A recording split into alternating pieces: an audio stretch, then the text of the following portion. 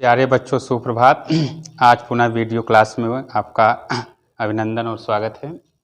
देखिए प्यारे बच्चों, आज हम लोग टॉपिक में अध्ययन करेंगे केंद्रक।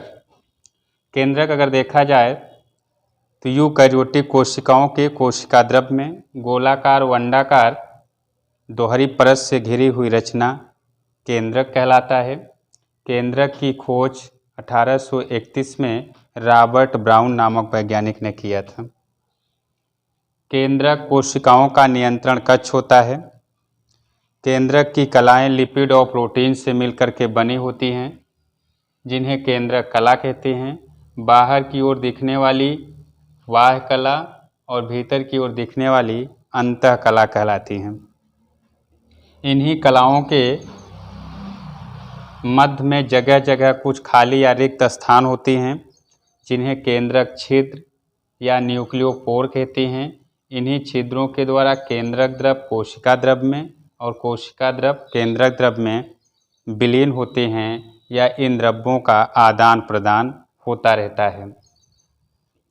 केंद्रक द्रव में धागे के समान फैली हुई रचना क्रोमैटिन धागे या गुणसूत्र कहलाते हैं। ये प्रायः डीएनए से मिलकर के बने होते हैं, अर्थात यही धागे आनुवांशिक दृष्टिकोण से महत्वपूर्ण होते हैं, जो एक पीढ़ी से दूसरी पीढ़ी में जाते हैं, अर्थात ये जेनेटिक्स होते हैं। इसके अलावा इसमें अर्धतरल प्रोटीन युक्त द्रव जो भरा होता है, उन्हें हम केंद्रक द्रव कहते हैं। केंद्रक द्रव में एक छोटी गोलाकार बनी हुई रचना केंद्रिका कहलाती है, जो आरएनए से मिलकर के बनी होती है। इसके अलावा केंद्रक की बाह्य कला एक जटिल रचनाओं से जुड़ी होती है, जिन्हें अंतःद्रव्यी जालिका कहते हैं। यह किसी भी अंगक का यांत्रिक ढांचा या अंतः कंकाल बनाने में सहायता करती है। ये दो रूपों में बनती है, RER और SER। RER का मतलब होता है जिन पर राइबोसोम के कण जुड़े होते हैं उन भित्तियों को RER, जिन पर राइबोसोम के कण नहीं होते उन भित्तियों को SER कहते हैं। जबकि केंद्रक कोशिकाओं का नियंत्रण कक्ष होता है या कंट्रोल रूम कहलाता है। इनकी बाह्य सतहों पर छोटे छोटे कण के समान बनी हुई रचनाएं राइबोसोम कहलाते हैं, जो प्रोटीन संश्लेषण में सहायता करते हैं। तो इतने भाग प्यारे बच्चों बनते हैं, तो एक बार इसको ध्यान से फिर से सुनिए। तो आप कह सकते हैं कि यूकैरियोटिक कोशिकाओं के कोशिका द्रव में बनी हुई गोल रचना ही केंद्रक होता है। केंद्रक के चारों ओर एक दोहरी लेयर होती है, जिसे हम लोग केंद्रक कला कहते हैं, और यह कला लिपिड और प्रोटीन से मिलकर बनी है। बाहर की ओर बनने वाली बाह्य कला भीतर की ओर बनने वाली अंतः कला कहलाती है। इन्हीं कलाओं में जगह जगह खाली या रिक्त स्थान होते हैं, जिन्हें केंद्रक छिद्र कहते हैं या न्यूक्लियोपोर कहलाता है। इन्हीं छिद्रों के द्वारा केंद्रक द्रव कोशिका द्रव में विलीन होता है और कोशिका द्रव केंद्रक द्रव में विलीन होता है या आदान प्रदान होता है।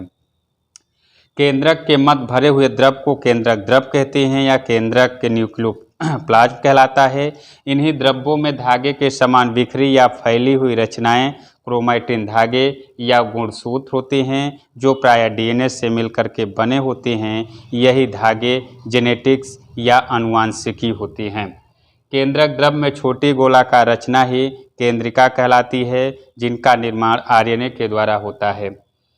जबकि केंद्रक के बाह्य सतहों पर एक जटिल रचना पाई जाती है, जिसे हम लोग अंतःद्रव्यी जालिका कहते हैं। यह दो रूपों में बनती है, RER और SER, अर्थात चिकनी सतह वाली अंतःद्रव्यी जालिका और खुरदुरी सतह वाली अंतःद्रव्यी जालिका। इसका मुख्य कार्य होता है किसी भी अंगक का यांत्रिक ढांचा या कंकाल बनाना होता है। केंद्रक के बाह्य कलाओं पर छोटे छोटे कण के समान बनी हुई रचना केंद्रक कलाओं पर छोटे छोटे कण के समान बनी हुई रचना राइबोसोम कहलाते हैं, जो प्रोटीन संश्लेषण में सहायता करते हैं। अर्थात केंद्रक कोशिकाओं को नियंत्रित या संचालित करता है, इसीलिए केंद्रक को कोशिकाओं का कंट्रोल रूम या नियंत्रण कक्ष कहते हैं। तो प्यारे बच्चों, अगले वीडियो में फिर से आगे के डायग्राम को लेकर उपस्थित होंगे, तो फिर चर्चा करेंगे। धन्यवाद।